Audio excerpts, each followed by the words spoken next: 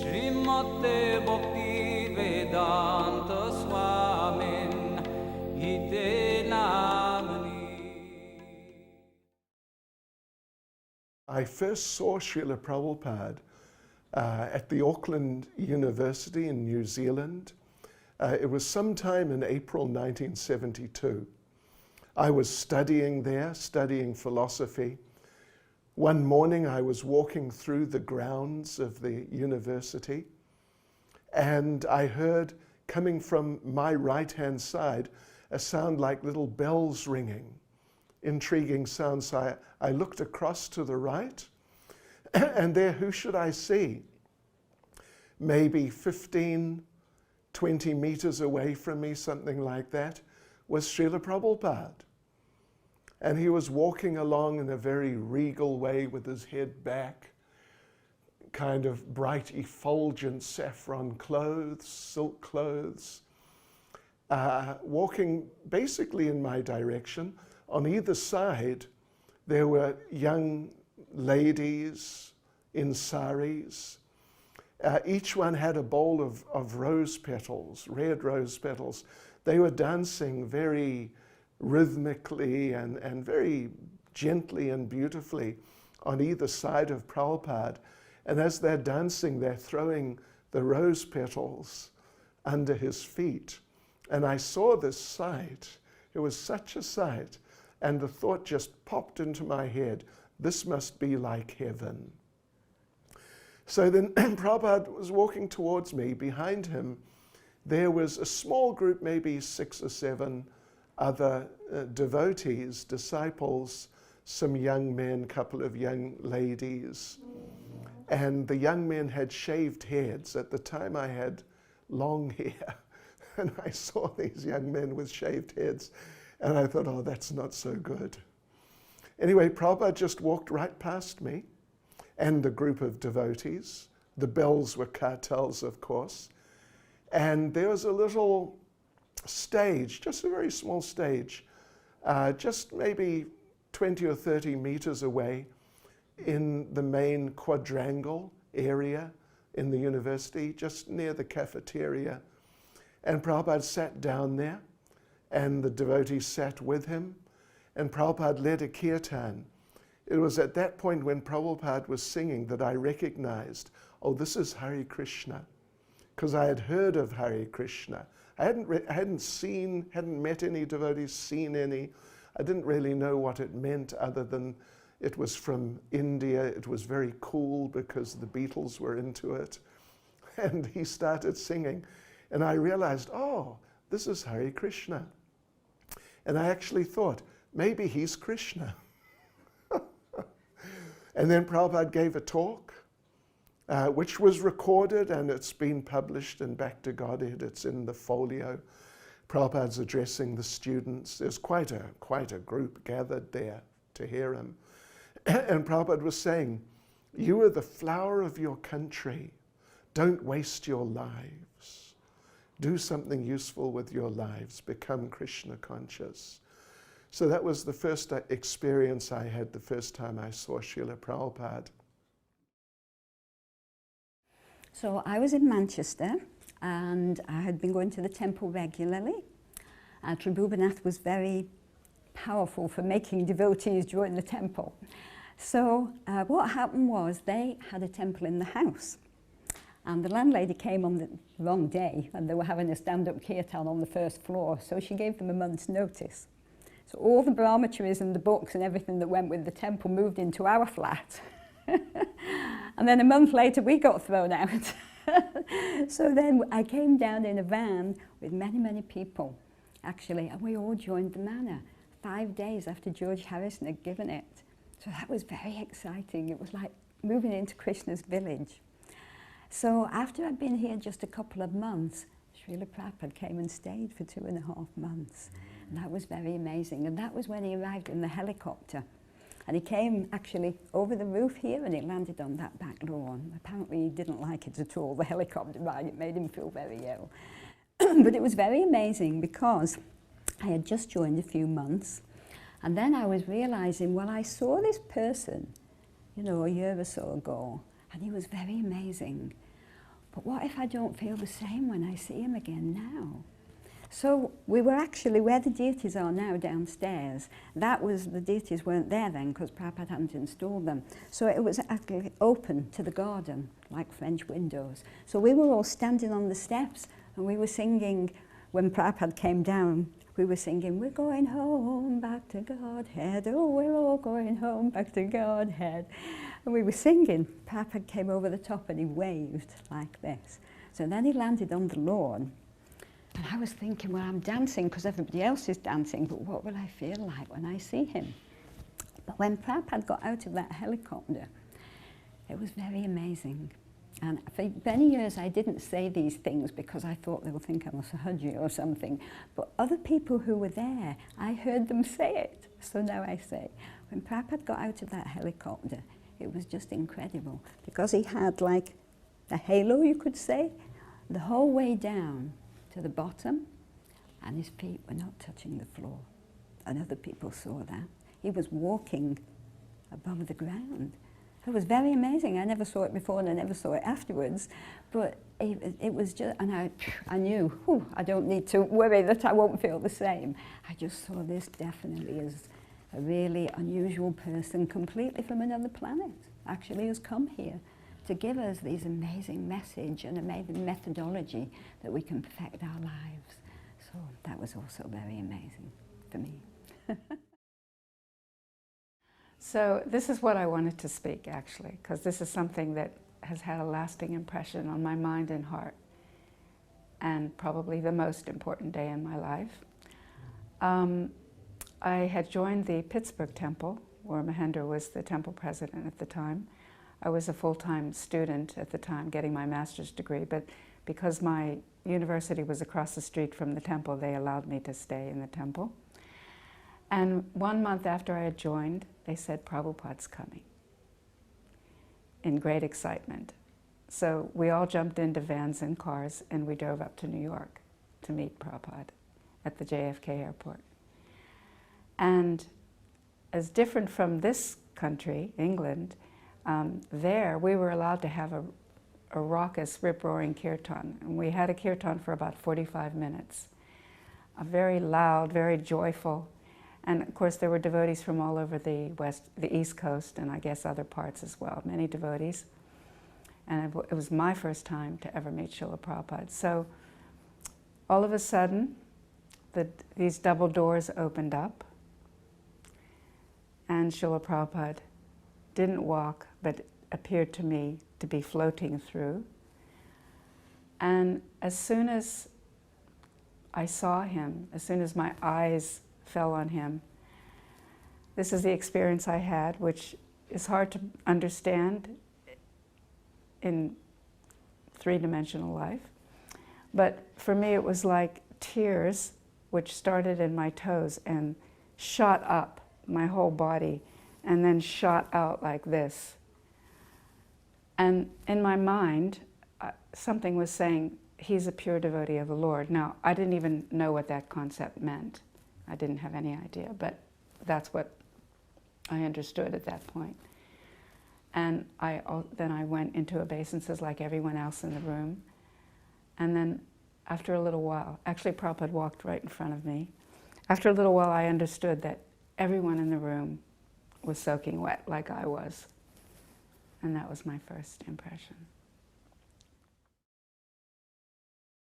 Well, I just met the devotees at a free festival with Roberta Nandan and most of the stalwart English devotees, you know, from that time, and I had a very powerful, life-changing experience. And that, you know, they were all talking about this place that George Harrison had given a few months ago. So, and they were luring all these hippies to go there, and so.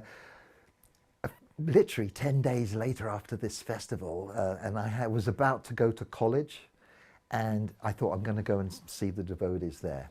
So I went to what was called Pigot's Manor in those days, And I lived in southwest London, got on a bus, went to Watford, walked all the way through.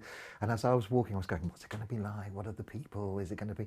I had this imagination that it was going to be people making Vedic carvings and paintings and things. And I arrived at the temple and this devotee went, Haribol! And I said, I met devotees at Windsor Festival. He said, oh, put your bags here. And what's your name? Mark. He says, would you like to go in the kitchen? And I went straight in the kitchen and washed pots. And I thought, why not? That's why I'm here. I come to do service. Now, what had happened, Prabhupada, as everyone knows, had spent a long time at the Manor since they got it that summer. And the devotees were very, very attached to Prabhupada. They'd been spoiled, really. And Prabhupada had just gone to Stockholm. And so when I arrived, he was in Stockholm. But a few days later, because I was, people were all, Prabhupada's coming, Prabhupada's coming. So I remember asking, what do you do when you see him? Do you bow down? What do you do? It was all kind of quite nerve-wracking. And then I remember, Prabhupada coming from the airport into the Manor in a white Mercedes, I think. And just the hullabaloo and the excitement and everything. And you couldn't get very near. And the first impression was, wow, he's really small. And I was only 16 and he was smaller than me. And he seemed to, because when I first saw him, he looked quite golden. And it was very brief. He went in and then went straight up to his room. And everyone had said, oh, Prabhupada's been traveling, he's very, very tired. And so the next day, didn't see Prabhupada. And I was sitting in the temple room doing my japa, closed eyes, didn't have any, I had all my mirrored Indian kaftan and my long hair. And suddenly, someone tapped me, and it was Roberta Nandan Swami with a big smile, put a garland over me, and he said, Prabhupada's going for a morning walk, you can go. I said, really, what do you do? And he said, it's easy, just go out the door and just, and walk down, he's just leaving now. So that's what I did. I just ran out, and then there was this, as you go out of the Manor, down the village of Letchmore Heath, there was just 10 devotees. I was very humbly at the back, hardly anybody talking. Prabhupada wasn't in a chitter-chatty mood. I just remember that, the cane. And then somebody trying to talk, and Prabhupada going, yes. He wasn't really talking. And then it's quite shady because of the trees of the road. And we came out of the village, came into a field, and we stopped. And then just Prabhupada, this is suddenly where I'm right next to Prabhupada. And he looks and he did a scan around. And I couldn't look at Prabhupada. I was very demure and I went down there. But soon I looked, and I just remember looking and going, is he really here? It was so, the aura, not like this kind of, but the energy was just so palpable. And he was so extraordinarily exotic, the long ears, and he looked really golden now in that morning sunlight. And he just looked, and that was the first kind of close-up look. And then we went back, and then there was the morning program and the official Guru Puja, basically. And I have to admit, I couldn't understand Prabhupada's language, and he would crack jokes, and he was very light. And I remember kind of like all the devotees laughing, and I go, I had no idea what everyone was laughing about. And I had this devotee Duranga, who was like my bhakta leader or looking after me. And each day during the Guru Puja, the devotees would line up on one side, Prabhupada would be on the Vyasasana, and you would kind of cross over, and people would line, somebody would have a basket of flowers. And I was resisting this the actual act of submission. I was watching it. Then on the kind of last day when he was there, Duranga kind of pushed me out, and I couldn't go back. So I went, okay, and I walked over and joined and as the queue was getting lesser, I was getting closer and closer, and I was going, the import of what I was doing was just dawning on me. I'd gone from being, in 1 year, from being totally not into God, into spiritual things, and then meeting devotees, having amazing experiences. So this whole thing of just even accepting God, what to speak of a guru, was quite a big thing for me. And so as I came up, I remember getting the flowers. And again, this demureness that you couldn't look Prabhupada in the eyes. You were just, with all humility, I offered my flowers and did what everybody else did mechanically, laid down in front, and I didn't know prayers. And I just said, I don't know what to say, but in my mind, but please accept me as your disciple. I accept you as my guru. And as I walked away to join the kirtan, I have to say, a rush came all over my body, up to here. And the kirtan that day was just the best. I mean, I've been there for a few days. The kirtan was just incredible and ecstatic. Now, there's a few people differ in this memory, because I've read Ranshaw's book, but in my memory, part of the Guru Puja was Charanara Vindam, and he used to go off and collect an amazing flower and do this incredible dance in front of Prabhupada. Prabhupada loved it. He did this dance and he kind of offered the flower, and then Prabhupada offered the kind of flower back to the devotees. And I was feeling very, very, it was the first time of being in the company of devotees where I was feeling ecstatic. And then basically Prabhupada kind of got off the Vyasasan and kind of went out the door and got in the car and left for India. That was my first vision of Prabhupada. And I didn't see Prabhupada again until he came to Europe, because I went and became a devotee in Amsterdam and he visited Schloss Rettershof. So I met the devotees in 1975, joined in 1976. So I was a new devotee living at the temple and still getting used to all the devotee ways. And then all of a sudden, Prabhupada's coming, Prabhupada's coming. The buzz went round the temple. So we got very excited, you know, in the build-up. I was in the ladies' Sankirtan party at the time. So I was one of the privileged ones that could go to the airport to see Prabhupada come in. So we dashed off, got to the airport, and we were waiting in the airport lounge for Prabhupada to come. So there was probably about 20 or so devotees, 20, 25. And there was such an ecstatic kirtan because we were all very much eager to see Srila Prabhupada. I'd read Prabhupada's books just a year before and had been convinced straight away that this is something really special, something I'd been looking for. And now here I was going to meet my spiritual master. So, you know, the excitement was really building up. Very ecstatic kirtan. We weren't really aware of anything else going on in the airport. We were just, eyes were fixed on the place where Prabhupada was going to come through. And then all of a sudden he was there. This wonderful, glowing personality, flanked by these great big American devotees, and glided through. So as soon as we saw him, you know, it fell flat on the floor. But we didn't want to stay there too long because we didn't want to take our gaze off him. And we watched him as he glided by and was whisked away in a car, you know. So off we went. We followed after. We rushed to our van, got in the van, and then drove back as fast as we could to the temple. Want to see Prabhupada again, you know. There was very strong emotions were there at the time. I think we all, tears in the eyes. It was wonderful. So we drove back to the Manor as quick as we could, but of course we were later back than Prabhupada, so we were we snuck in the back Prabhupada's rooms. I don't know if many of you will have been there to Prabhupada's rooms. Beautiful Srila Prabhupada's rooms at the Bhaktivedanta Manor. And so sneaked in at the back and just sat down quietly in the corner because Prabhupada would have already sitting there behind his low desk, looking around the room, smiling at everyone, speaking. To be quite honest, I can't even remember what he said now. It was just being in the presence that was so important. One thing I remember about that time quite strongly was they brought Srila Prabhupada in a plate, a large platter of fruits and sweets. So Srila Prabhupada sat there at his desk, looked over the sweets, very, always very elegant. So he picked up a piece of apple and proceeded to eat the apple, chewing like that. Then all of a sudden he started spitting out onto the floor. He just spat onto the floor, you know, the peel from the apple. I was quite shocked really, because I was a new devotee at that time. Anyone coming from England, you know, we're very polite, and you just wouldn't do that in a company of people around you like that. On reflection afterwards, what I saw that was Srila Prabhupada was so self-assured, so confident, so authentic. He wasn't trying to impress anybody. He wasn't trying to prove anything to anyone.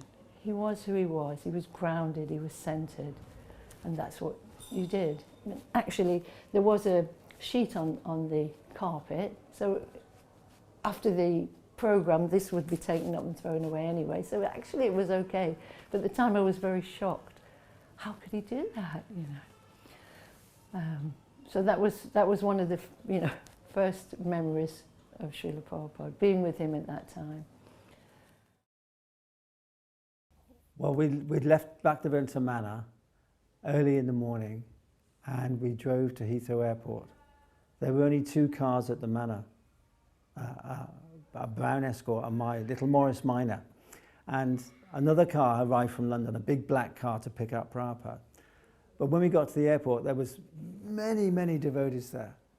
And there was a kirtan, and this is in the arrivals, Terminal 3, I believe. And the room was packed with devotees.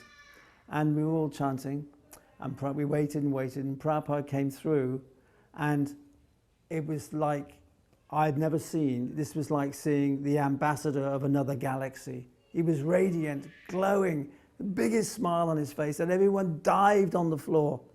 All the cordon rails, all the ropes and ashtrays, everything went flying.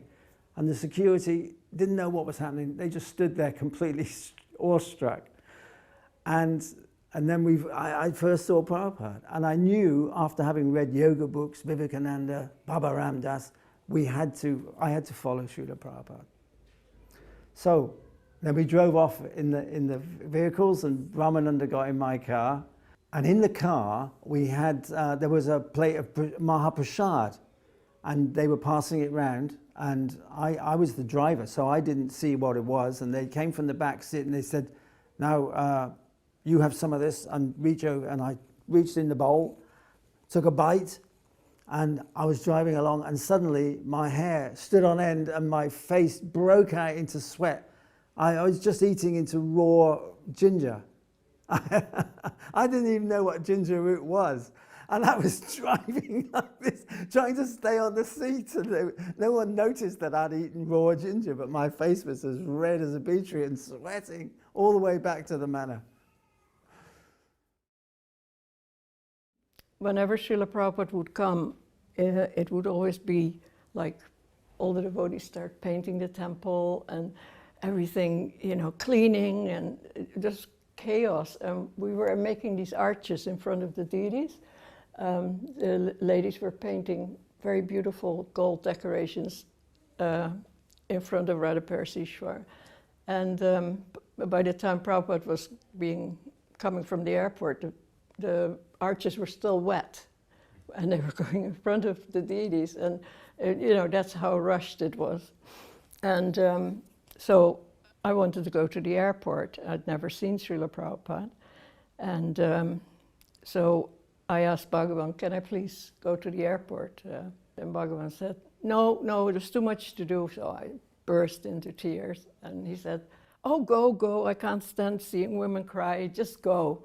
So I got in the back of the van. We all, you know, we had drivers and no seats in the back, and we all just piled in, and we go to the airport. And I remember, to me, it seemed to be an escalator, like Prabhupada coming down on the airport, and like looking larger than life. And the kirtan, of course, was building up to crescendo.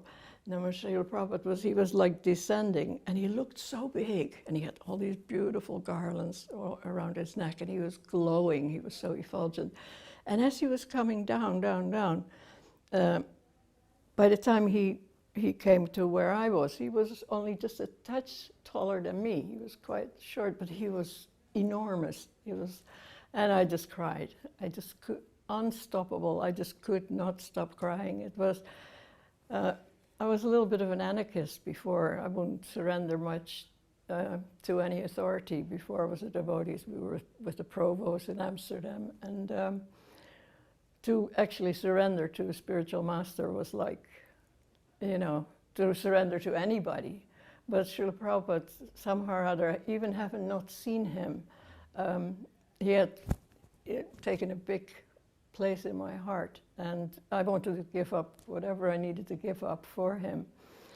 And so as he was standing there, it was like my heart, oh, I shouldn't, microphone. My heart just knew that this is the person that is safe to give my life to.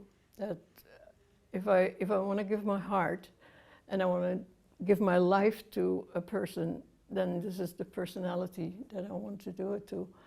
And that realization that here was my eternal spiritual master was very overwhelming. The first time I saw Srila Prabhupada was in Vrindavan. It was in 1975, the same year that the temple opened.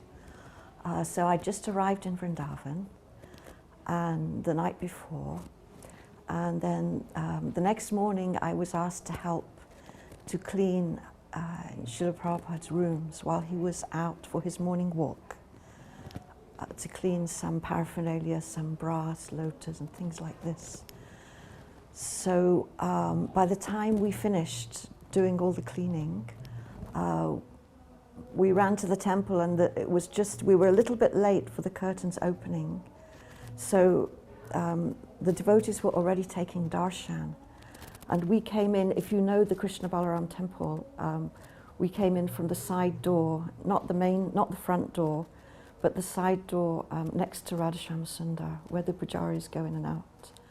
So we were just standing there, and Prabhupada was taking darshan of Radha Sundar. He was offering his prayers, he was offering his obeisances, and then praying to their lordships. So Prabhupada was taking darshan of Radha and Krishna, and I was taking darshan of Prabhupada. And it was an amazing experience. That was my first darshan of Prabhupada, and I was just really overwhelmed by his purity, his devotion, and he was just so effulgent and radiant. So at that point, I knew that this was my spiritual master, who I'd been looking for so many lifetimes, and he was standing right there in front of me. And at that point, I just surrendered in my heart to him there and then. And it was wonderful. I go back home, I meet my girlfriend, Joanna, who's also on a spiritual journey. And just so happened we were in school together. So we're doing all of the usual things of that period. Autobiography of a yogi, Hermaness, theosophy, TM. We started doing TM, but for me, nothing felt fine. It wasn't quite right. I was looking in the right area, I felt intuitively, but I hadn't found what I wanted.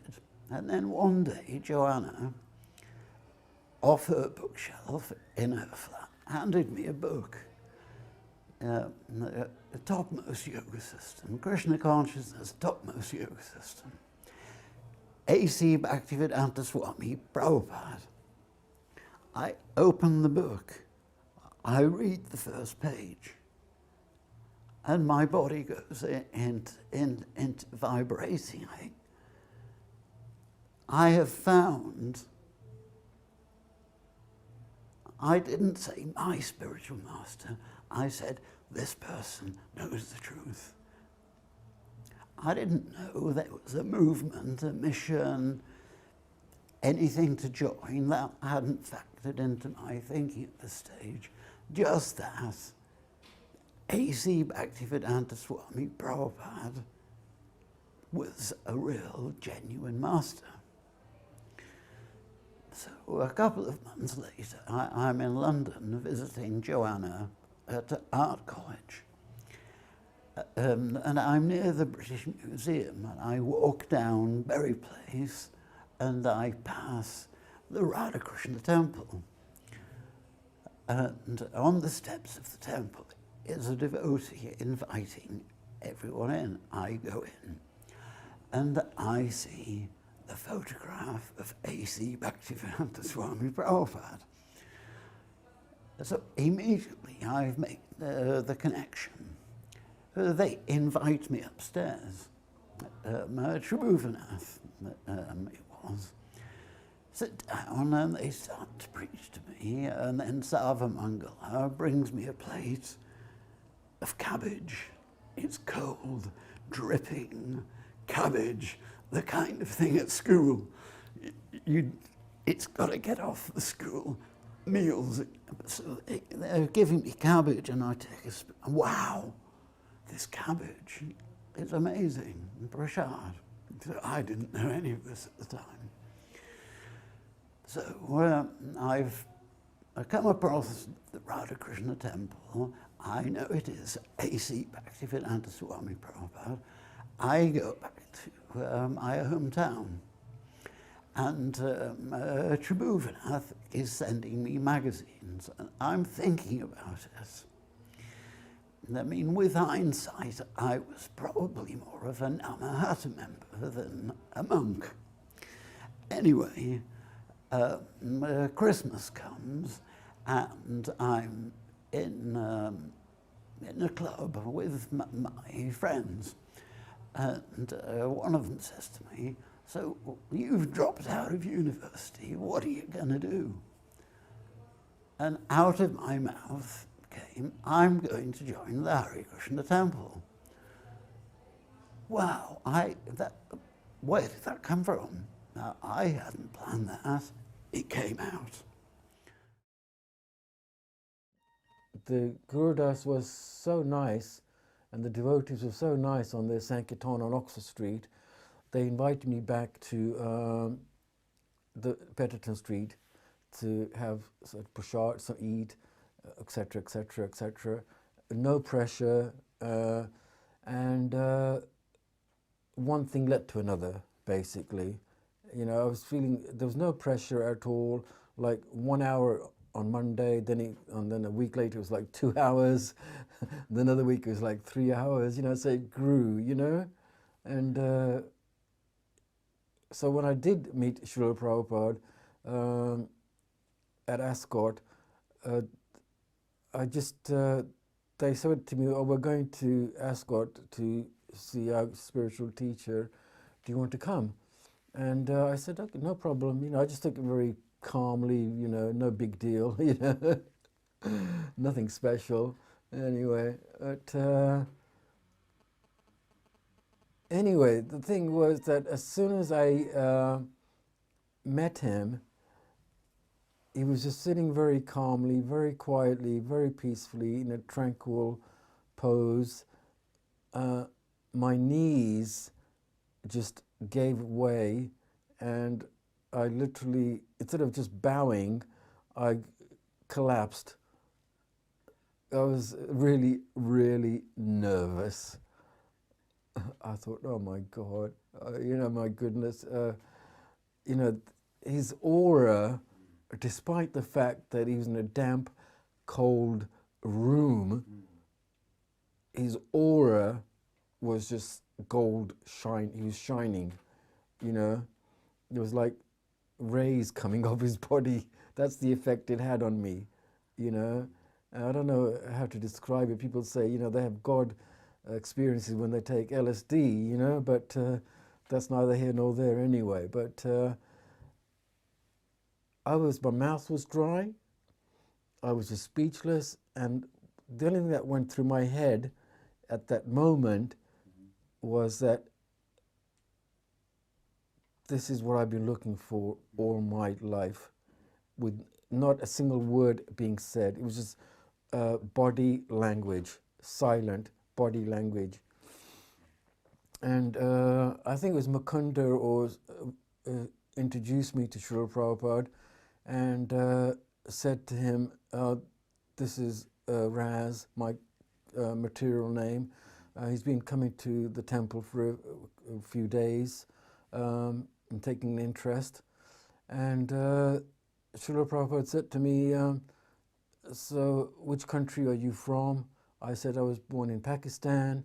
And he said, "So you come from a Muslim family?" And I said, "Yes, Srila Prabhupada." And he said, "Well, I've we don't have any Muslim disciples in the movement, so maybe you can be the first.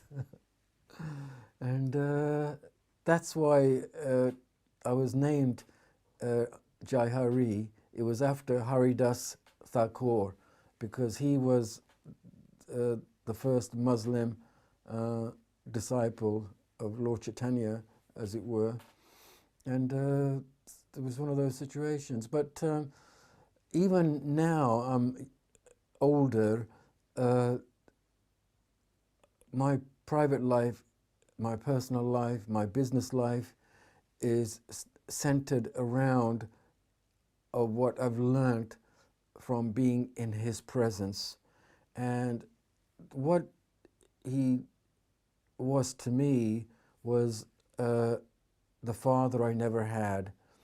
I mean, he could see me, look me in the eyes, and know exactly what I was going through, whether I was frustrated, whether I was tired, whether I was feeling anxious, whether I was feeling happy. He knew. He could just look into my eyes and he knew. I like this interview because it's the format of which is to tell our experiences of the lesson we have heard from, learned from Srila Prabhupada. So the first one, to me, it's a small story. However, it's all to do with pride, and I'm all about pride. So when I got my Gayatri, there was no pujari in Amsterdam, so all the devotees before Prabhupada had performed the fire yagya, and all of us sat around it, and we had the ceremony.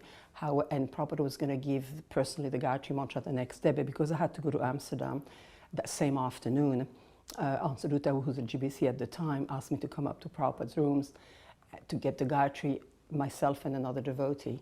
So it was one of the most wonderful experiences of seeing Srila Prabhupada, personally, because we went around 4 o'clock in the afternoon after he had, a little rest.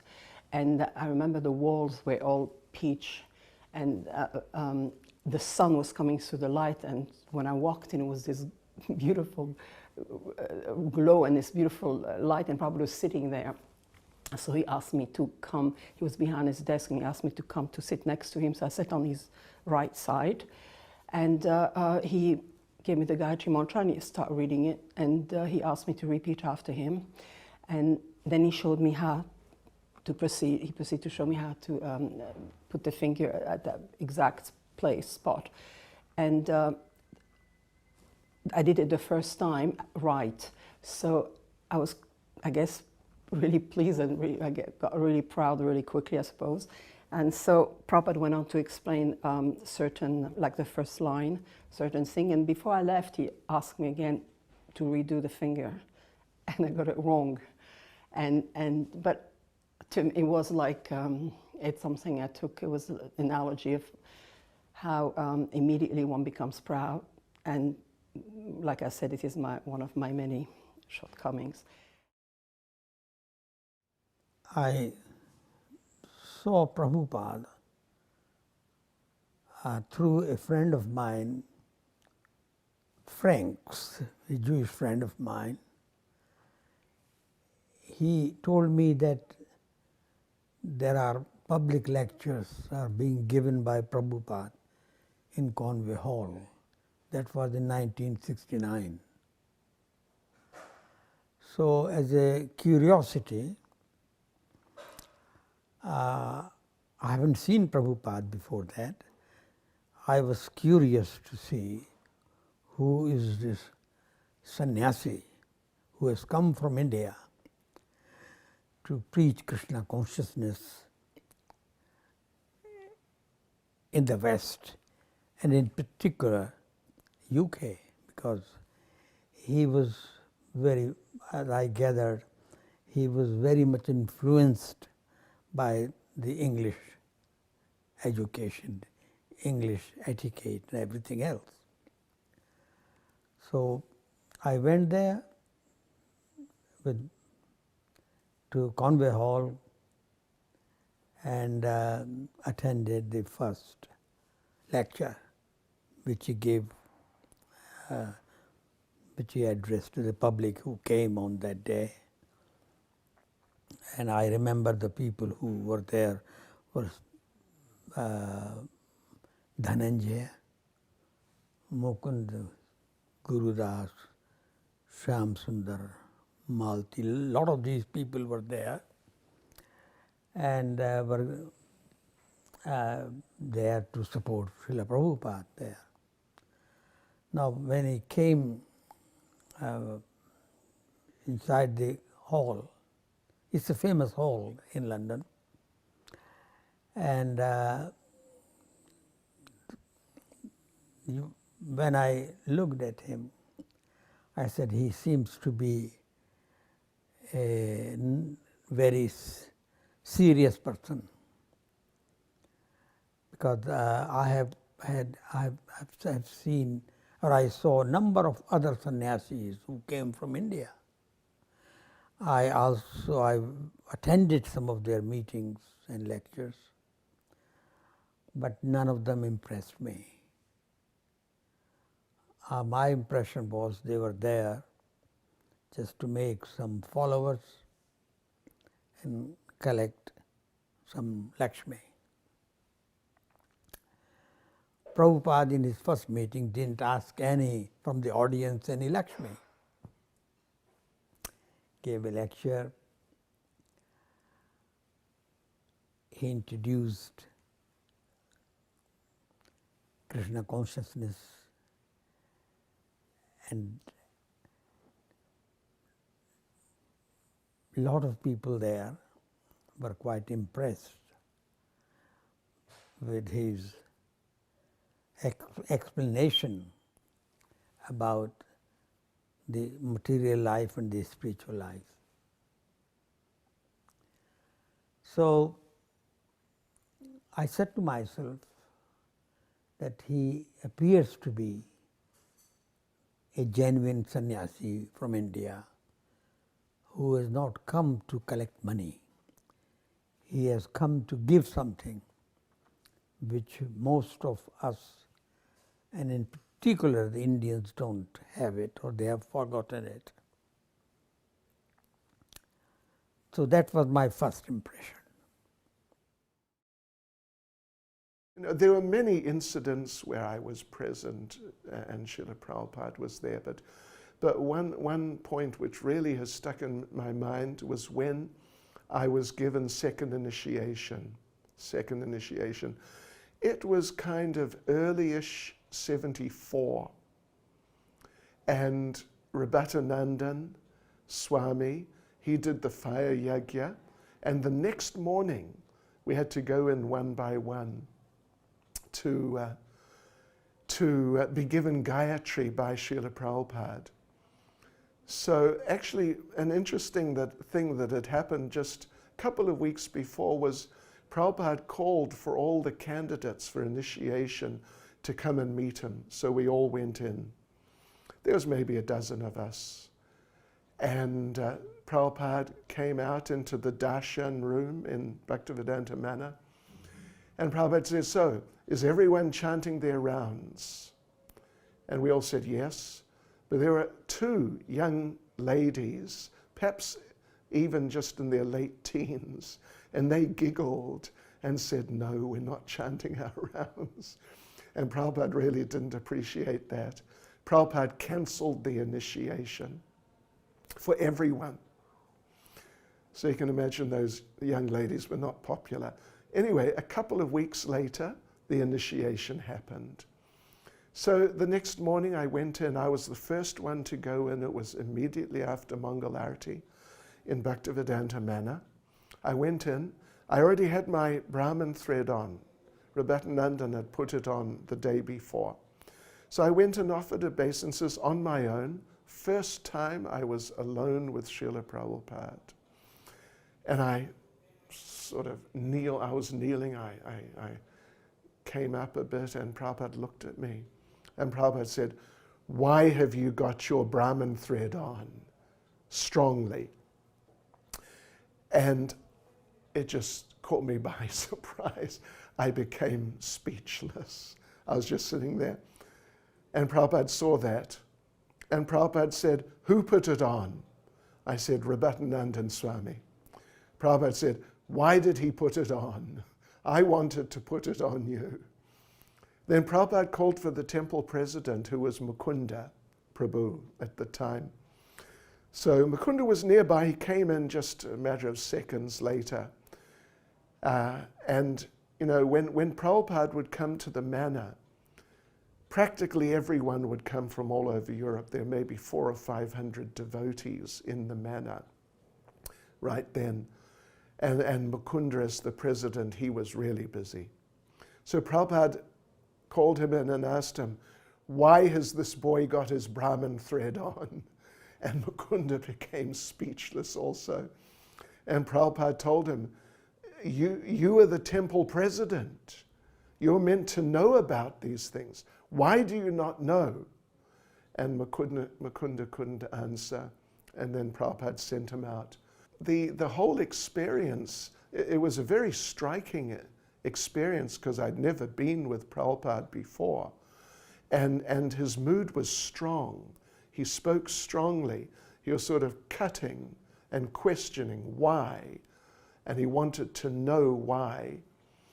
But I didn't feel that he's angry with me, that he's upset with me. What I felt was that he cares. He's concerned about me. I really felt that he has accepted me, that we have a relationship, and that relationship really means something to him. Even to the point that he pursued the issue, he made an issue of it.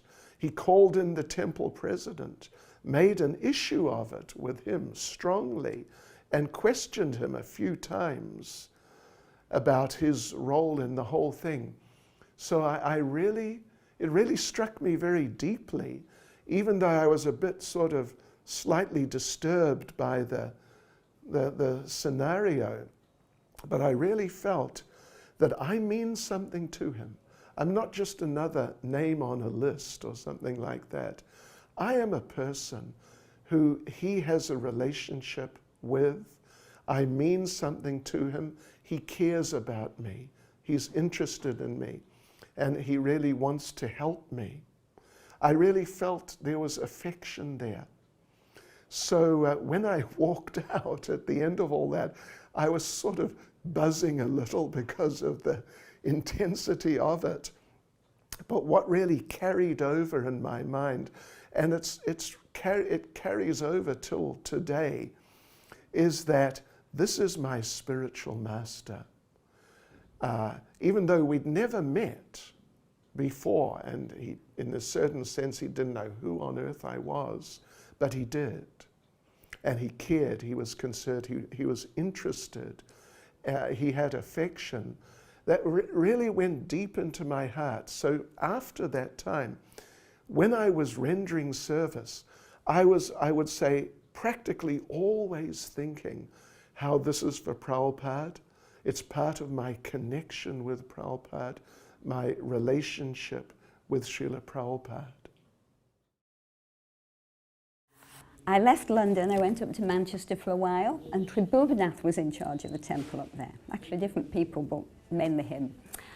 He was very close to Srila Prabhupada. Every time I saw him in the room with Srila Prabhupada doing kirtan, I don't know if you know him, he was quite famous. He used to play the drum with his leg going.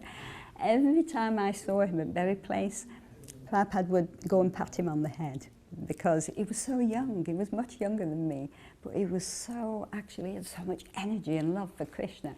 And he actually would cry cleaning the floor because it was God's floor. So when I met him, he told me, and I didn't realize at the time it was the same person that I had already met before. He told me about this man who came from the kingdom of God, because I was a Christian, to tell us what God wanted us to do on a daily basis. And I was like, wow, that is amazing. And of course I didn't realize it was the Prabhupada I'd met at that point. But I really took it in, And I just told him, tell me what to do. I was working and everything. So he told me, you know, you have to get up this time, you have to go to bed at that time, you have to do this in this order in the bathroom. So every single thing I could do, I tried to do in small ways, just small things. And I was meditating non-stop. This person that he told me about has told me what God wants, and that if God's pleased, he'll let me go back to that spiritual world. Because when I was young, my dad had told me God's a person, he lives on another planet, and if you're a good girl, you go and live with him when you die. So this was very significant for me, that this man had come from the kingdom of God. And so I actually followed, even though I was working, I've really tried second to second as an experiment.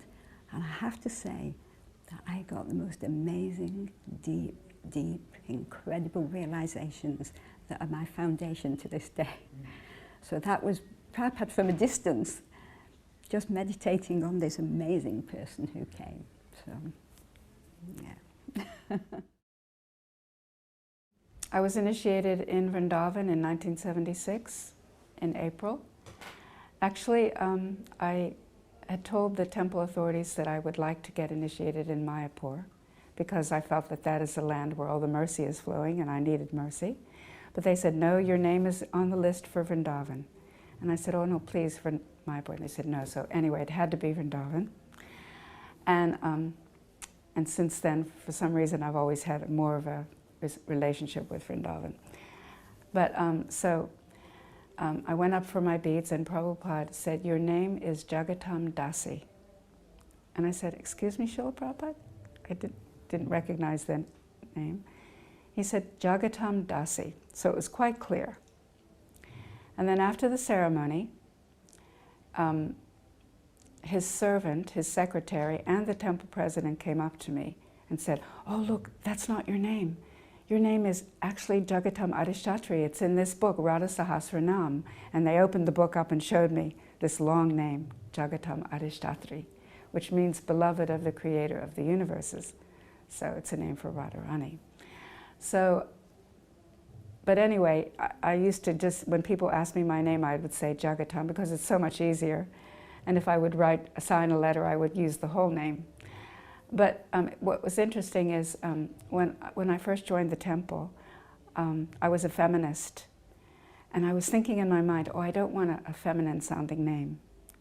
I want a short name and something simple. And that's what I got. I'd like to actually just tell one or two short little stories about Mohan Prabhu. He was one of the early disciples of Srila Prabhupada. He joined in 72, and he was at the Manor, Bhaktivedanta Manor, when they first acquired the Manor from George Harrison. So when Srila Prabhupada he told me a couple of little stories that I'd just like to say. He passed away last year in 2017, having had a brain tumour. So he didn't really get a chance to tell his story.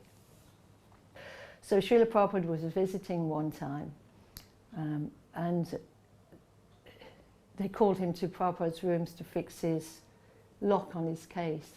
So Srila Prabhupada was in the rooms at the time, and he was walking up and down, very gravely chanting Hare Krishna, Krishna Krishna, Hare Hare. And so the mood that we all had, or many of us had, was great awe and reverence when we went to in the presence of Srila Prabhupada. We felt very small. So he also knocked on the door, opened the door. Prabhupada said, come in. He went in. Come to fix your lock, Srila Prabhupada, sort of mood, And he just, no words, he just nodded with his head and showed him the case. So Mohan is fixing the case. And then Srila Prabhupada spoke to him. I think it's the only time he actually spoke to him, so it was very special for him. Prabhupada said, oh, you are carpenter? And he was just so surprised that Srila Prabhupada should speak to him. He felt very lonely. He was a very humble devotee. And he said, no, Srila Prabhupada, and carried on fixing. Prabhupada just carried on walking up and down, chanting his rounds like that. So afterwards, when he told the story, he would say how he felt that Prabhupada was very like a father. He had that, that feeling like a father, a very kind father, encouraging, forgiving for all our foolishness and all the silly mistakes that we make and our tongue-tiedness. And my first attendance at one of Srila Prabhupada's lectures here at Bhaktivedanta Manor, I was right at the front, and Prabhupada came into the temple to give this lecture, and he climbed up on the Vyasasana, and as he turned to sit, he looked me right in the eyes, and I knew that he knew everything about me, past, present and future, and I had nothing to hide. I knew that this is what I had to do for the rest of my life, even though I was not initiated at this point. He was Trikalagya. Srila Prabhupada said, he bent down and he looked, and then we were holding our breath. What did Prabhupada see? And then Prabhupada said, Krishna has no ankle bells. Krishna should always wear ankle bells.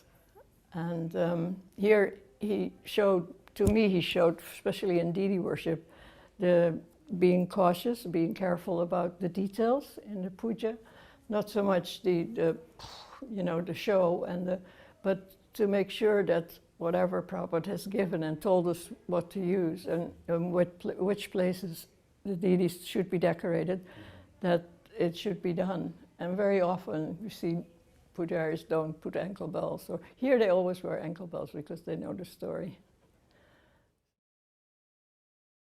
He was so relaxed and so happy being in Vrindavan, in his home, and acting like a host. So people would come, like devotees were sitting there, and then guests and visitors would come, and different Indian people would come, and whoever came in, he would greet them, and he would talk to them a little bit in Hindi and make them welcome, and he would make sure that everyone got some prasadam. And we were just sitting there, and I felt that I became free from all worries and anxieties by being in Prabhupada's presence. It's like all the worries of the mind, everything disappeared. Just sitting there in Prabhupada's darshan room in Vrindavan and just being with him, it was very, very relaxing and calming and therapeutic for my mind and my soul. What happened was that the devotees gave out a lot of flyers for advertising his lecture, but unfortunately the weather was very bad on that day, very bad, and so not many people turned up. The usual devotees, they were there. So I think Dhananjay said, Prabhupada, Srila Prabhupada, we have given out lot of flyers, but not many people have come today. We are sorry. Prabhupada said, the hall was full. Hall was full with the devotees. And Narad Muni was there. Then I said, well, is he really serious? Is he really serious sannyasi? Because I couldn't see Narad Muni anywhere. I could just see all the white faces there. That was very interesting. That then and because I was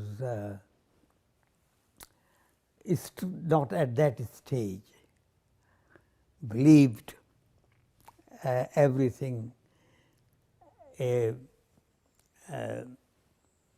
person came or a preacher came from India.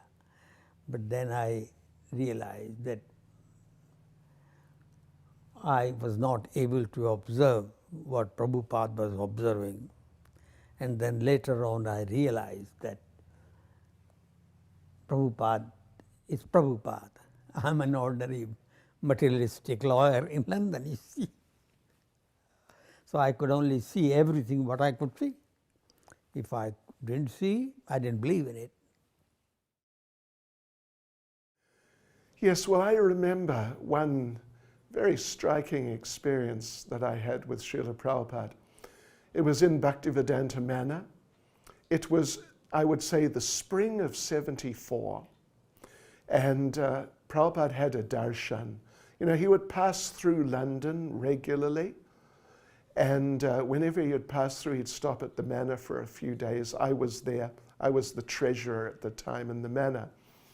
So there was a darshan one afternoon. And there was maybe 10 of us or so, not a large number, in Prabhupada's main darshan room.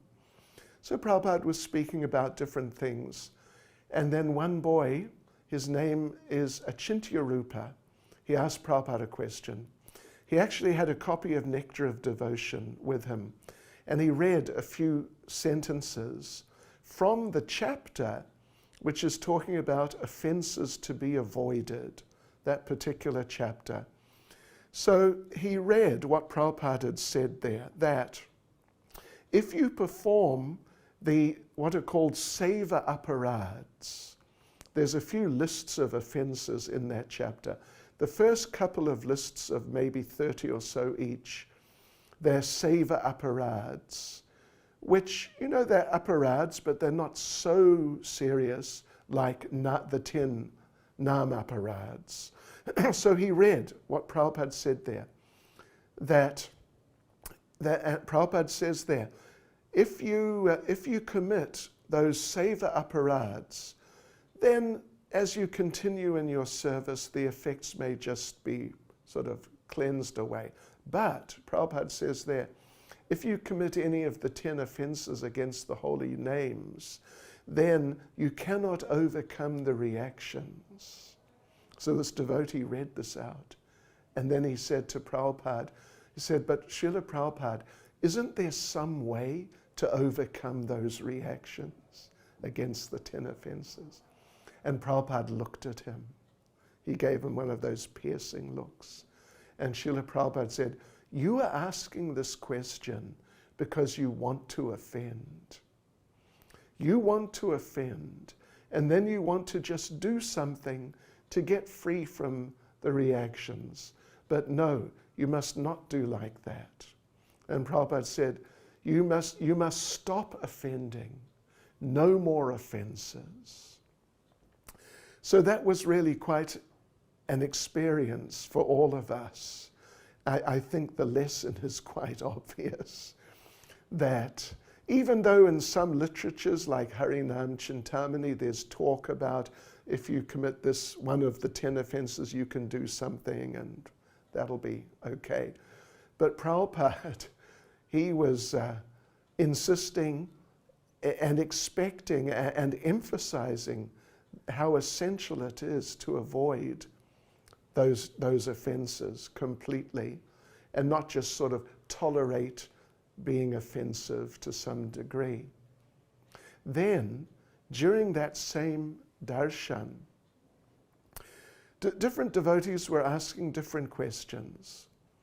One devotee asked Prabhupada that if you were going out and preaching and distributing books and so on, and you do something wrong, which there should be a reaction for, does the reaction, because you're going out preaching, does the reaction get cleansed away more quickly than if you're living in a temple and you do some similar type of wrong thing somehow? And Srila Prabhupada immediately answered, yes. If you're going out preaching, then the reaction will just be immediately cleansed away. Whereas if you're doing service in the temple, you may have to take that reaction. Yes, that was a very interesting experience. Then, one devotee asked Prabhupada, what should we say when we distribute your books? How should we get people to take the books? Srila Prabhupada stood up, picked up a book, went over to a devotee, gave the devotee the book, and Prabhupada then spoke as if he's distributing the book. Prabhupada said, "My dear sir, I can see you are very intelligent. In fact, I think you are the most intelligent person I have met all day. And my dear sir, I have just one request of you. Please forget all your nonsense and read this book." That was Prabhupada's demonstration, how to do book distribution. I asked a few.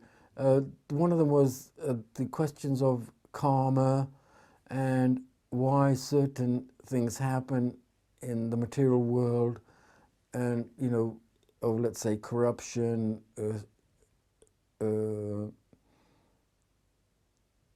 civil wars, poverty, hunger, and he said those questions, the answer to them was that they're created by man himself.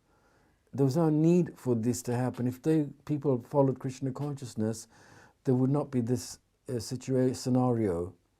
There would be peace. There would be enough for everyone to eat. And but he also answered the question I asked him once about the issue of eating meat, and he said, "This is the question I was looking for a long, long time. What's wrong about eating meat?" And he answered it. And what he said was that if you go to the abattoir, you see the chemical and the emotional trauma that the animal goes through, then it affects you. And what he said was that when you approach a cow or a sheep or an animal to slaughter it for self-consumption, they feel the pain. They know that you're coming to kill them. They're scared. They fear it. And the human being is eating fear. They're not eating meat. They are eating fear. And that's why it is explained why man himself is such an aggressive human being, an aggressive animal, because they've been existing on eating fear. And that's how he explained it. When you eat a steak and all that blood is actually contains fear. That's how he explained it. I think, like the majority of devotees in ISKCON who didn't have much personal association, we didn't notice that Prabhupada was somewhere else. We felt Prabhupada's presence so much through the books, through the purport, through the association. I was very fortunate in Amsterdam. We had Patita Duran, Kulashekar, Tulsi Das, and then Bhakti Jan, and then Manibanda, and we had all these devotees. And so we felt Prabhupada's presence through everybody, like most devotees. It was almost like there was no difference, as Prabhupada said, and that's how most of us felt Prabhupada's presence. It wasn't until much later when Prabhupada started to get weak, and then I realized I haven't had enough personal association, therefore I want to get to India. Because that's when Prabhupada went to India, and we kind of knew that he wasn't probably going to make it to the West. So that's when I had my, the personal association, or the closest profound experiences when I went to India. We had the music of George Harrison. I had lived at the college very near where George Harrison was living in Henley. And I'd driven up to see him one day because I had this album, George Harrison, Family and Friends, and Ravi Shankar, George Harrison, Family and Friends, and it had a song on it called Krishna, Where Are You? Beautiful flute playing. And I drove up to George Harrison's house on the strength of hearing this to just ask him about this, because I'd been reading yoga, different books. I actually had written off for the perfection of yoga, and the BTG I got given, I cut out the mantra, which was in pink and white and black, and stuck it on my dashboard in my car, and would chant with the tape of the album which I'd been given by Bhakti Caitanya Maharaj on a little cassette in my car. I'd chant at the highest volume I could the India album with the Hare Krishna mantra on the screen, and I had no idea what this was meant or anything, but I would chant every day very, very loudly. And I guess that's what made me a devotee, the chanting. And Prabhupada said, never give up on this chanting. Never give up on this chanting, because it will reveal everything. Everything's contained within this mantra. Everyone was very happy, sort of glowing, and the German Sankirtan party, they had a real energy. They were a powerful team. And there they were in front of Prabhupada, and Prabhupada looked at them. And Srila Prabhupada said, so, what is the main thing? And so many of them put up their hands. Book distribution, Srila Prabhupada. Prabhupada said, no. What is the main thing? They became a little taken aback. And some suggested, well, preaching, Srila Prabhupada, or chanting, or a few suggestions were made. But they were a bit taken aback that book distribution was not the main thing. Then Prabhupada said, the main thing is you must read these books. I have written these books for you.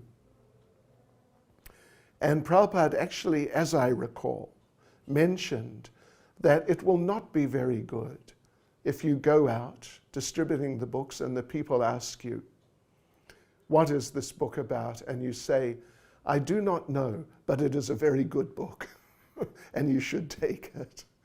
Yes. Then after a few months, I went to Mayapur. This was at 1976 Gaur-Purnima festival, and Prabhupada was there. So this was a new project. There was only the temple and the lotus building there. And in the evenings we would attend darshan again in Prabhupada's room in the lotus building. So that was more intimate, smaller, because it was quite untamed and wild still. That project, you know, that big land was there, and there were actually rumors about ghosts, even about this Brahman Rakshasas who could actually hurt people and even kill people. So it was kind of a dangerous feeling. It was quite kind of exciting, but Prabhupada was very protective of us. We really felt safe under his protection. He took special measures for the protection of the devotees, like having this Shania music playing in the morning and evening, and also when we were taking darshan in his room in the evening, it was a little bit dark, dusk, and a pandit would come around with a lamp of frankincense billowing and blowing the conch shell. And he would go around all of the buildings, and including in Prabhupada's rooms. So we felt even it was a dangerous situation, that anyone could come there, dacoits or anything. It was quite a dangerous area. But we felt safe under Prabhupada's shelter. And he would, during the morning programs in the temple, he would always ring the bell when he was circumambulating the deities, Radha Madhava, and ring the bell, and he was very happy. And he was giving classes. That was at the time when the seventh canto just came out, and he was giving classes about the pastimes of Lord Nrsingadev and Prahlad, and speaking a lot about Prahlad.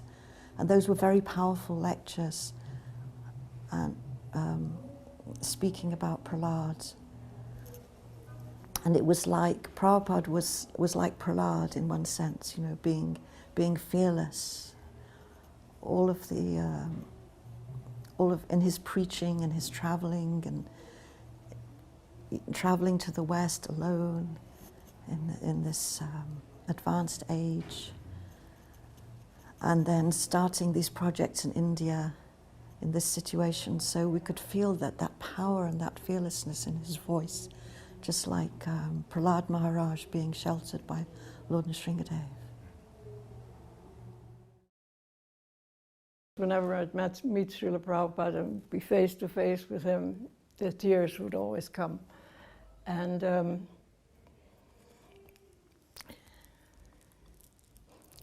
so Srila Prabhupada said my name, Judy. And when I came, he asked for the principles. And then he held the beads up and he was chanting on them. And then he said, your name is Jyestha Devi Dasi. And he said, Jyestha means the eldest. And these are the beads he gave me and that he chanted on. When I was looking up at Srila Prabhupada's eyes, they looked like they were full of tears. They were really beautiful. Like he was like emotional, like a spiritual emotion, and yeah, glowing wet with tears. So I have to understand that when the temple opened, we were still very young, and there was like 5-6 people in charge of the temple, Gunanava, Surabi, Akshayananda, Dhananjaya Prabhu, Gunanava as well, because all of a sudden, this is the first big temple Prabhupada had opened, and we're in Vrindavan, in the midst of all the smarter Brahmana and everything, so we had to do everything just so. So and Prabhupada wanted us to represent him, and so they could not find fault with us and accept us, So every morning after Mangalartik, we used to go to that walk, Shatikara Road, which is now Bhaktivedanta Marg. And Prabhupada used to ask all of us individually our different services, how we got on with it. Like just for me, for instance, it's just a small thing because I was doing the sewing. And so he was asking everyone when it was my turn. I said, I go every day to the bazaar to get like cloth, thread, or this and that. And that's when he said, well, you make a list and you just go once a week. It was 1 rupee at the time, but something like that. So that was a small thing. Anyway, so at that time, Srila Prabhupada found out that that Balaram's plow was stolen, and it was the second time, and it was made of like silver. So Prabhupada asked at the time the head pujari, and the head pujari said, well, it was somehow, anyway, he basically said they were badmas, rascal, whoever took it, and they're really gonna suffer for stealing Krishna's thing. And Prabhupada said, yes, but you will have to suffer half the consequences because it was under his watch, and it was his responsibility. He accepted that responsibility to that service, and by not doing it the way it should have been done, he facilitated for the thief, the chore, enabled him to steal a thing. So that was a pretty heavy lesson, that we have to take responsibilities. So when Prabhupada came, I went there to see him. I had already a lot of respect about or of Prabhupada after attending some of his lectures that gone before. So I went to the temple, and he was sitting there upon the first floor, his desk. I went there, looked at him very close. I mean, so far I was looking at him from 70, 80 feet, 90 feet in Conway Hall, but now that was very close. I looked at him very carefully, just to confirm my ideas that he is definitely a genuine sannyasi. So he talked to me, he said, what is your name? We know you are a lawyer. I said, yes, I'm a lawyer. We also know that you come from a Vaishnava background, from the devotees told me. I said, yes, I am. So he asked me all the details about myself, my family. And he said, good thing you are already from Sri Sampradaya. You are a devotee, so you know what a devotee should, I can't now exactly remember what he said to me, but it was that I'm a devotee, therefore come from a devotee background, devotee family. So I would appreciate, or I would be able to appreciate the problem the devotees are having. With my slight spiritual background and the material background, I knew where the problems were. So he explained to me that we have got this temple in Bury Place, which is the heart of London, very close to the heart of London. So we have been given notice to close the temple down in 28 days. I said, I didn't say at that time, Prabhupada. I said, Swamiji,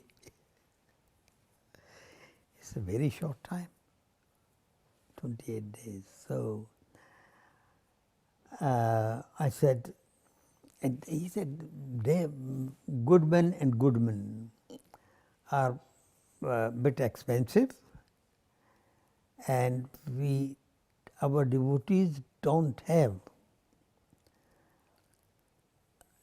lots of money, we collect.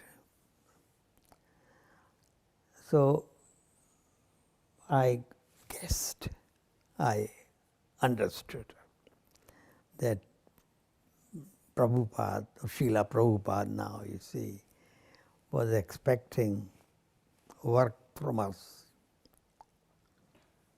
either for very low fee or nothing whatsoever. Well, after talking to him for some time, I was with him for about 35 minutes. He impressed me that it is very important that we should, and I should help him, you see, in this matter. I always felt that I would only speak when spoken to, out of respect.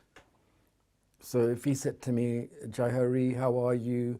What are you doing? Then I would answer him that particular question. I would say, I distributed 20 Krishna books over the weekend, or whatever, and he would say, that is wonderful. You are the best book distributor in Europe. How can you sell 20 Krishna books in one weekend? This is when the book came out. And I'd say, well, Srila Prabhupada, I actually don't just give the book, sell the books. I sell the prasadam as well to go with the book. I give them a Simply Wonderful. So when they have a taste of the Simply Wonderful, they want to taste of the Krishna book as well. And he just laughed. He said, that's the way we should sell our books. That is the secret of selling our books, with prasadam. You know, when I was in Srila Prabhupada's company, which was quite a number of times, particularly at Bhaktivedanta Manor, the main thing that really struck me was his mood of mercy and concern and interest in his disciples. I recall when it may have been his last, if not his last, one of his very last visits to the manor, either late 76 or sometime 77. Jayatirtha was the GBC. And so Prabhupada arrived, went into his rooms in the manor, and a number of us, as many as could, we went in, and Jayatirtha was there. And Jayatirtha was right next to Srila Prabhupada. And Prabhupada put his hand on his head and sort of, ruffled his hair or whatever, like that, stroked his head, and said, your name is Jayatirtha. Tirtha means holy place.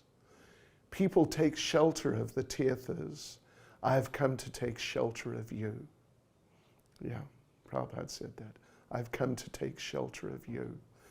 And, the sort of, not just the warmth of relationship, but the humility, the genuineness, that he actually felt like that. He wasn't being sort of patronizing or trying to just encourage him. He actually felt like that. So then later in '76 in the summer, I was still in Vrindavan, and I was asked if I would like to return to London to collect Lakshmi for Vrindavan. So I agreed to do that because I had some desire to go out and preach and spread Krishna consciousness, because I'd been inspired by Prabhupada's preaching and by his example as well of how he left Vrindavan and came to the West to give Krishna consciousness. So I wanted to try to follow in that mood. So I came to the Manor, and actually it so happened that the day I arrived, Prabhupada had arrived here the day before, and he was at the Manor. And so I started going out, and then in the evenings we would take darshan. In the mornings he was giving classes. And at that time my father came to see me because he hadn't seen me for over a year. So he was waiting for me, and I was out on Sankirtan. And there were some newspaper reporters that came to interview Srila Prabhupada. So there was a devotee taking them around, and they invited my father to go, and he said, "No, I'll wait here because I'm waiting for my daughter." And this devotee took them around, and then they came back, and then he was taking them up to Prabhupada's room. So then my father said, "Okay, I'll come with you," because he wanted to meet Prabhupada. He wanted to meet this person who had stolen his daughter away from him.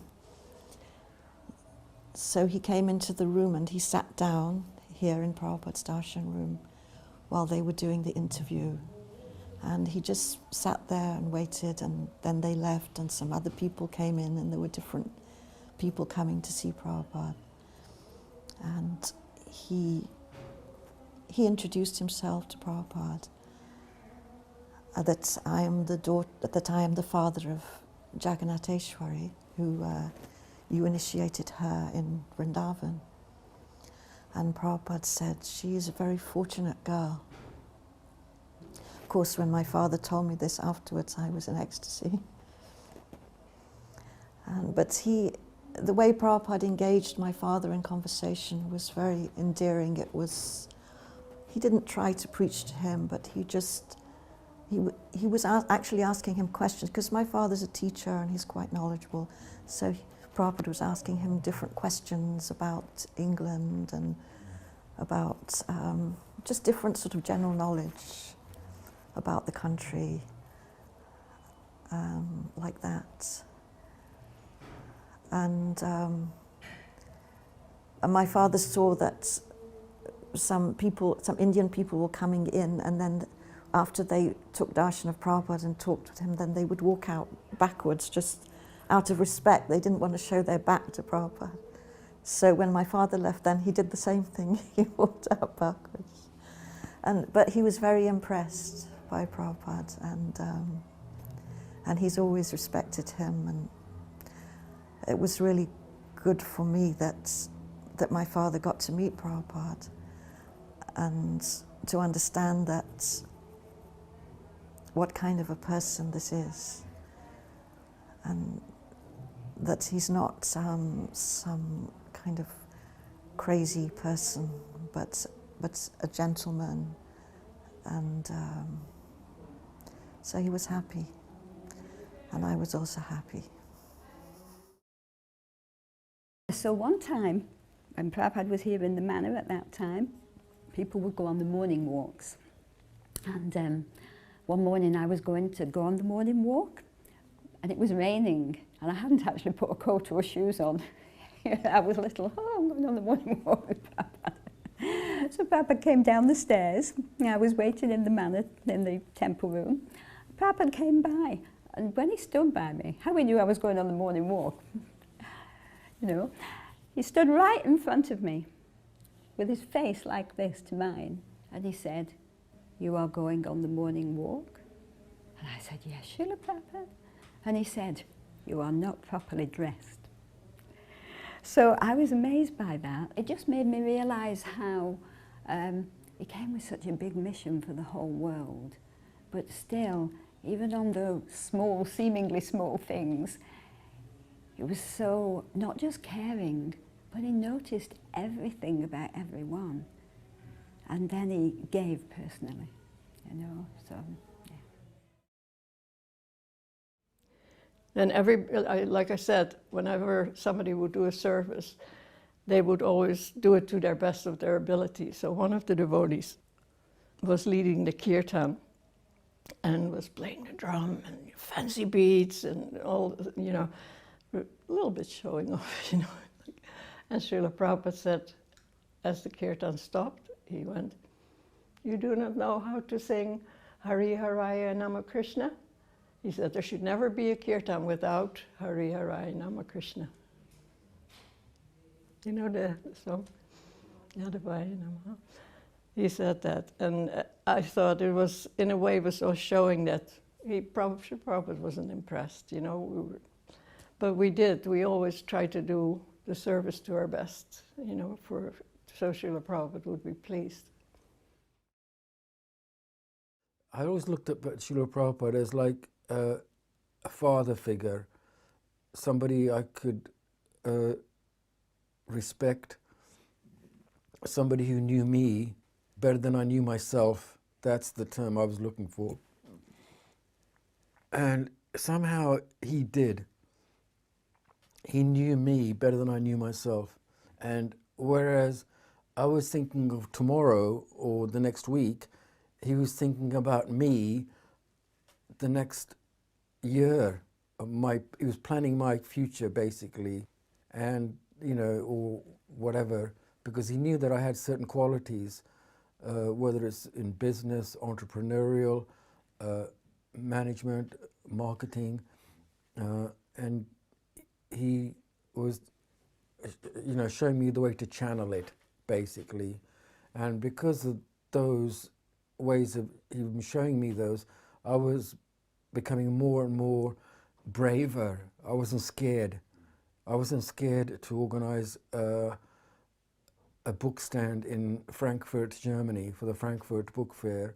So I organized that myself single-handedly with advice from Mukunda Gurdas and Shamsundar, and just went to Frankfurt selling the books with another devotee. You know, we had a stand, all the ISKCON Krishna books, you know, in Frankfurt, and it was a road into Germany, you know. It's one of the few times that Prabhupada got very angry. It was in Amsterdam. And so many things were lacking in the installation of the deities, were not done, whatever they were. And Prabhupada did not get angry at the devotee in question that got this, actually to the temple president. So that was an important lesson, that it's always, he was the president in charge of the temple, and he did not see to it to the point that it should have been done. He did not at all chastise the person that have made, you know, the few mistakes and certain things were lacking in the preparation of the installation he got. And then another time, in the same blame story, it was in Vrindavan, and Prabhupada had asked this, this devotee who was a very good cook, you know, she used to make chavda, you know, this, and put it in the tiffin, so when Prabhupada could travel, he could have some prasad. Excuse me. And she was very, very good at it. So he had asked his servant at the time to learn a recipe exactly so you know, it could be done. And I happened to be in a room when he brought it to Srila Prabhupada, me, that's other devotee, and myself, and it wasn't, something was missing, was too much salt or something. And that immediately said, but she told me to do it. Big mistake, never. And most certainly, the devotee in question definitely, you know, might have like told him to do too much this or less of that. But again, I wasn't like, you do not, you never. Even, like I said, even the case would be that, you know, it was not your fault, never. In 1976, in the Manor, it's Vyasa Puja. I stand up, I have the flowers, I gather up all my devotion to Prabhupada, my steel-hearted devotion, and I begin to offer to Prabhupada. And he turns and he looks at me and he catches my eye and he holds it and a smile comes and he understands everything. He doesn't need to say a word. I understand that he understood. I'd struggled, I'd come, I'd wanted Swamiji. I'd wanted to sit with Swamiji. And the time had changed. It wasn't the early days. Prabhupada was the Acharya, the guru of hundreds and thousands of disciples. He was busy. He couldn't give that time, but he conveyed that to me wordlessly. And that was the most wonderful, sublime experience.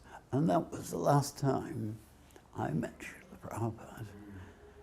Maybe, I don't know, but that was, he answered, he recognized my struggle to be with my spiritual master. Thank you, Srila Prabhupada. So when I came up the stairs, Prabhupada had already gone up to take rest. I was so devastated. So I went downstairs and I had rounds to do, and we were busy in the temple, so I knew I had to chant my rounds, but I was crying. I was really crying. Hare Krishna, Hare Krishna. I was crying, and Shruta Kirti, who was his servant, then came down. And he said, "Oh, why are you crying?" I said, "I so wanted to hear Srila Prabhupada, but actually he's gone, and I think he was going straight after that, and now I can't hear him." So Shruta Kirti, being very sweet as he was, he said, "Oh, you're like the gopis crying. I'll go and tell Prabhupada, do you want to see him?" And I said, "Oh, no, I'm too nervous, please." So he went upstairs, and then he came down afterwards and he said, "Prabhupada wants to see you." So I was like, oh no. So anyway, I went up there with big bleary face, and I went into the room, and I paid my obeisances, and then Prabhupada asked my name. I said my name. And then Prabhupada said something, but I couldn't tell what he said. I said, what? And then Prabhupada, he just circled round, and in that room, there was a mattress on the floor, and Prabhupada was sleeping on that mattress. And so he came around, and he lay on the mattress, a bit like, you know, like this, with his elbow up and his feet up. And then I was just facing him like this, looking at him. And then he said, "Thank you very much." Well, I was so shocked when he said that. I thought, why is he thanking me? You know, I presumed because I would think I was the only girl on Sankton at that time from that place. But I thought, why is he thanking me? So that, I said, no, thank you for everything you've given us, you know. A very simple exchange, but then I went out. And then Shruta Kirti came, and he said to me, "Prabhupada just said something about you."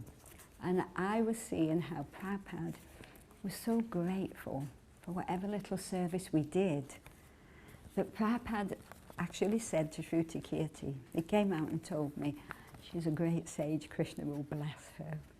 So that is very amazing that he would be so kind to say that. You know, the mercy of Srila Prabhupada and the kindness. Prabhupada was coming from Vrindavan through Delhi.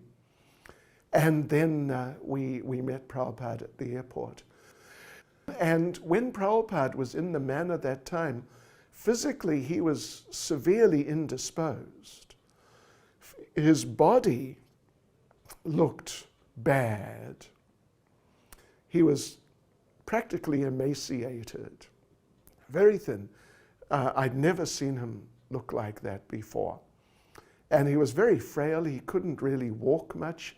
When he came out of the airport terminal, he was in a wheelchair. They had to carry him around the Manor when he'd come to the temple. But I remember he'd be carried down on a palanquin to the temple, and he would sit in front of the Vyasasan, basically, or near the Vyasasan, in the temple room in Bhaktivedanta Manor. And he'd sit there and look at the devotees. The GBC, I think Hansadutta was the GBC. Bhagavan was there. They told us, when Prabhupada comes, we're going to have a Guru Puja, but keep the kirtan very gentle. We don't want to sort of, affect Prabhupada emotionally. So every morning the Guru Puja would start and the kirtan would just take off and Prabhupada would just sit there, more or less motionless, without any movement. He'd just look at the devotees and slowly look around as this kirtan was going on, and tears would just run down his cheeks and just drip, drip, drip off his chin, just constantly. I'd never seen that before. And he'd just sit there. Sometimes he'd raise his hands like that, otherwise he'd just sit there and look. And it was just so clear that he loved the devotees, and he really cared, and he really appreciated the devotees. They meant like the world to him, actually. So that was a very amazing experience. One can't see any material desire in Prabhupada. Nobody can point out material desire. My whole impression of meeting him, I think must have met him 6 times at least, was he was a self-realized sannyasi who has no motive as far as he himself was concerned. His desire and motives were all to tell everybody about Krishna.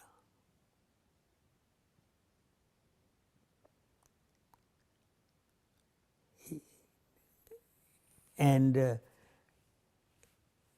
whenever I had meetings with him, he always said, Krishna will do it. Krishna will do it. Don't worry, Krishna will do it. He depended totally on Krishna, and I think Krishna was totally on his side all the time. Although a lot of people did not understand that he was what he has done in the world, no other person has done it. No other person has done it. Great saint, people, impersonalists like Vivekananda and so many others came. They came and gone. They are only in the minds of few people in the world.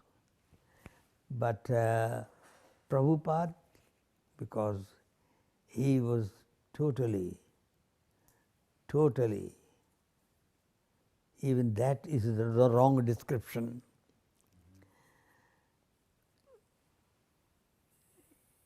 He was totally immersed in Krishna. He wouldn't talk anything other than Krishna. And anything, if he was talking something, it was connected with Krishna. He will bring Krishna into everything. So, even during my discussion, he said, Krishna did it. It was difficult for me to accept at that time. Very difficult.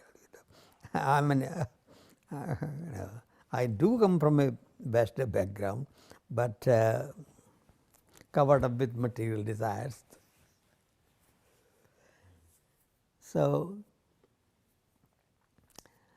I was very lucky to have darshan of Prabhupada face to face and one to one.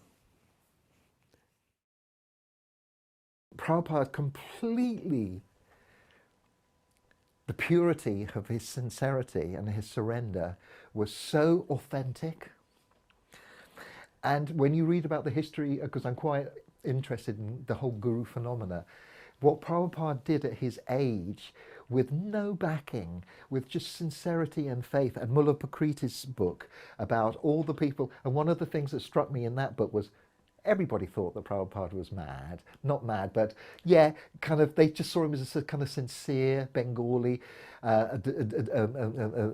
devotee of Krishna, but nobody thought he was going to become this charismatic leader that was going to kind of bring this kind of spiritual revolution and bring Krishna to the west.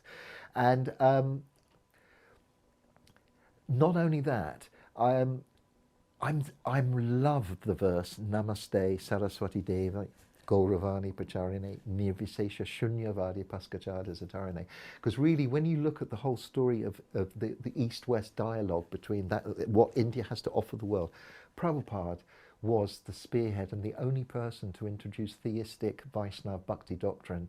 And when I have to give credit to Robertananda Swami for understanding that and presenting it so well at that Windsor Free Festival, that the first time I heard it, I went, wow, that is such an amazing concept. I was expecting all those cliches where, oh, like rivers going into the ocean, like the drops and merging. And no, and you know, and Robertananda was saying, well, no, God is not just light, you know, there's a, and he went into, and it was the philosophy of Achintya Bheda Bheda, apart from the bhakti and the culture, because I'm very, I love the bhakti culture, I'm an artist, the music, the art, the architecture, the poetry.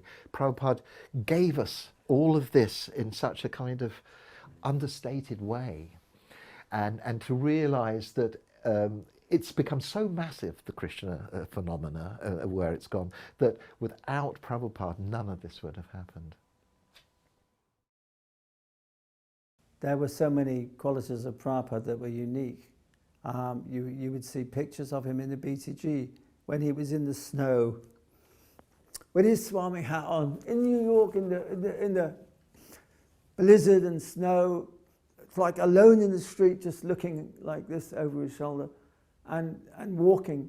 And you'd think, how is this possible? That someone has come this great distance to give us this Maha Mantra, to give us the spiritual mantra, the Maha Mantra, in which everything is contained. What I've learned from Srila Prabhupada is that there's been lots of ups and downs in life, and losing loved ones, and god sisters, god brothers that I was very close to, and you know, it's like a bit of your heart goes. But because of, I mean, if I didn't have Srila Prabhupada and his teachings in my life and the Maha Mantra, then I wouldn't have been able to go on. Just I would completely lose it. But because of Srila Prabhupada, his teachings and his life lessons are there every day to take shelter of, and it's helped me through the deepest and darkest times. It's like one time I was walking around the temple, and it was like I actually heard Srila Prabhupada's cane. It was like Prabhupada said, I'll be with you as much as you, like he said, I'm never separated from my spiritual master. And I don't have those realizations. I'm not that advanced, but if I take shelter of the teachings and the philosophy and, you know, the memories that we have of Srila Prabhupada, then, you know, he's always with us. He said that.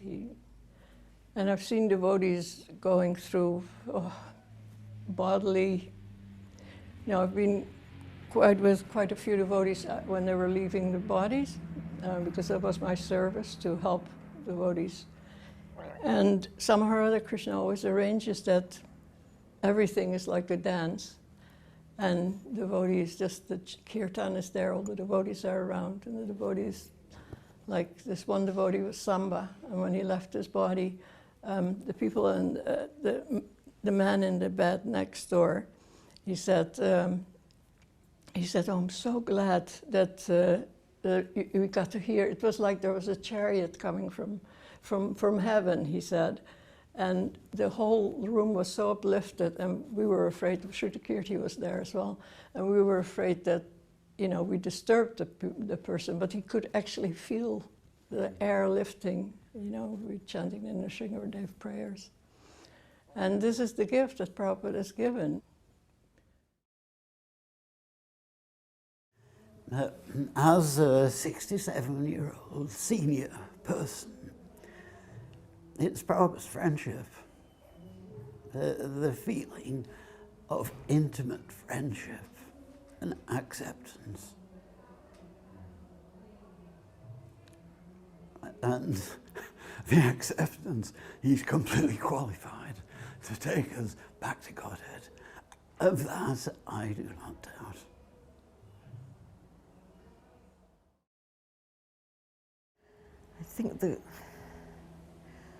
I suppose the quality that, first quality that comes to mind that stands out of Prabhupada is his love and his compassion.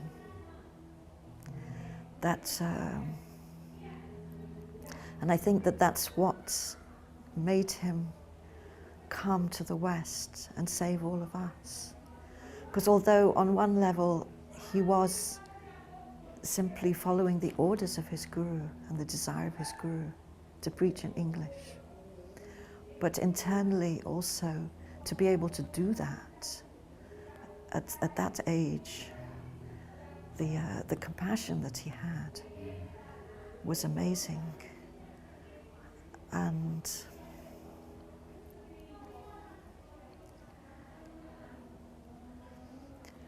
that could be felt in his presence, that could really be visibly felt, because he was tirelessly giving himself to us.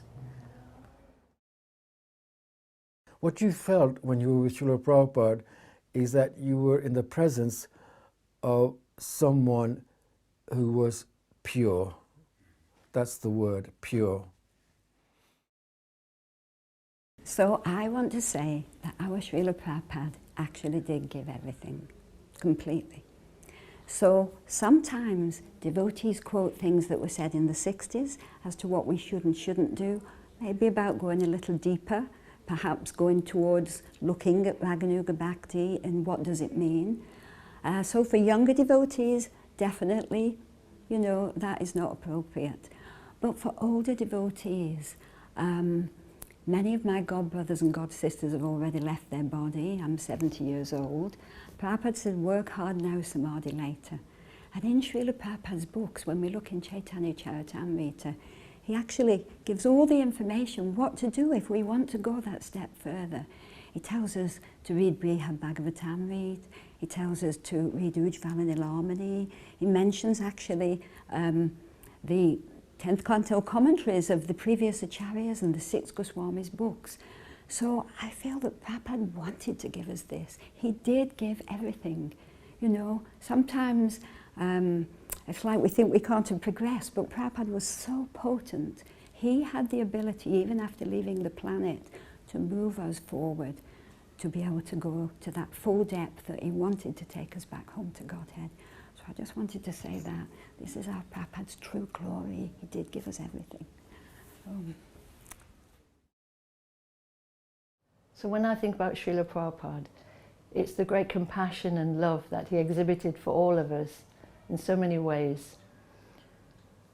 I also admire him for his self-assurance that he always displayed in every situation.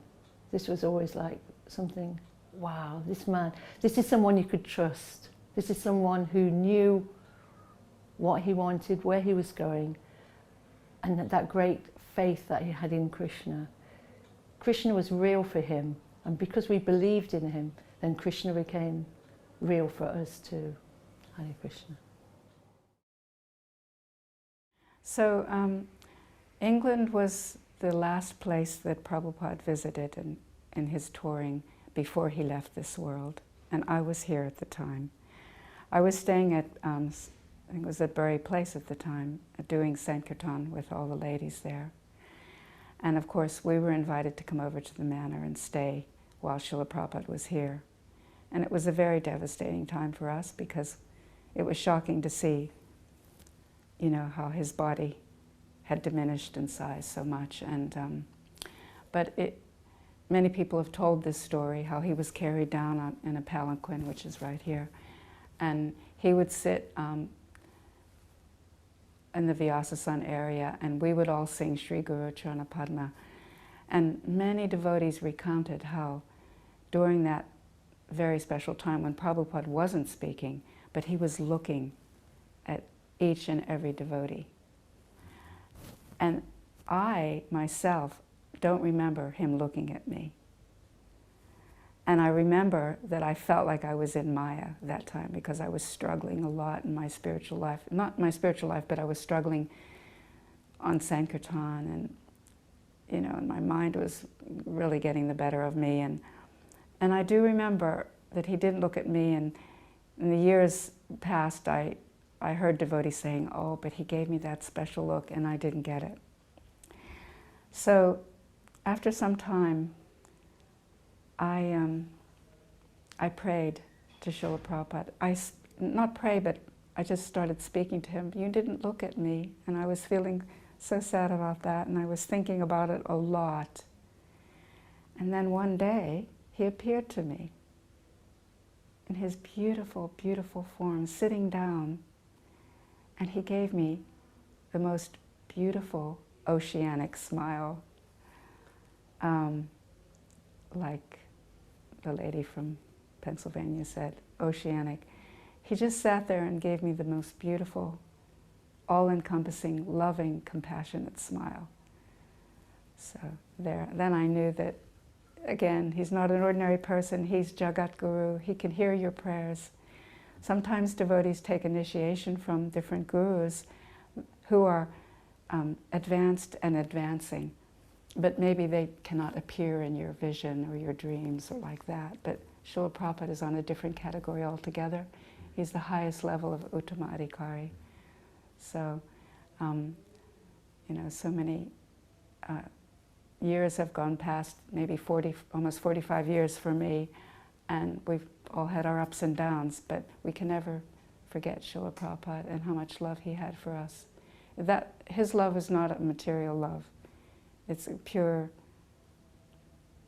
transcendental love, which is born of the compassion that comes from Srimati Radhika herself. And that, because of that, we're his children and we feel so cared for. Jai Anilo